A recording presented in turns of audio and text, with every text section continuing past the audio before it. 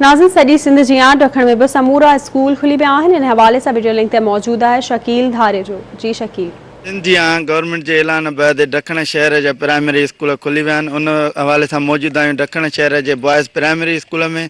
ऐं हिते उस्तादनि ऐं शागिर्दनि खां वीचार वठंदासीं त स्कूल खुलण जो सिलसिलो जारी आहे, उन खां पोइ उहे छा था महसूसु कनि ऐं हिते SOP जो केतिरो ख़्यालु रखियो वियो आहे ऐं शागिर्दनि जो केतिरो तइदादु मौजूदु आहे। कोरोना जी वबा खां पोइ तक़रीबन 6 या 7 महीननि खां पोइ असांजा स्कूल खुलिया आहिनि।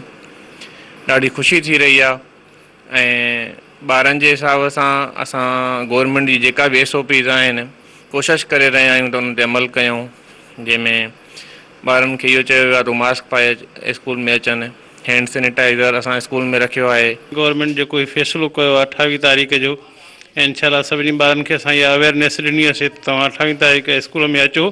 ऐं सभु ॿार जेके आहिनि से आया आहिनि, असांजे हेड मास्टर साहब या सभई उस्ताद बि टाइमिंग ते अची विया आहिनि। ॿारनि खे बि SOPs ते सभु मालूमात ॾिनी आहे जेका असांखे ॾियणु खपंदी आहे। असां हथुल इम्कान कोशिशि कई आहे, जीअं सुबुह टाइम ते पहुतासीं त ॿारनि खे SOP जो पाबंद कयूं ऐं पाण बि उन ते अमल कयूं।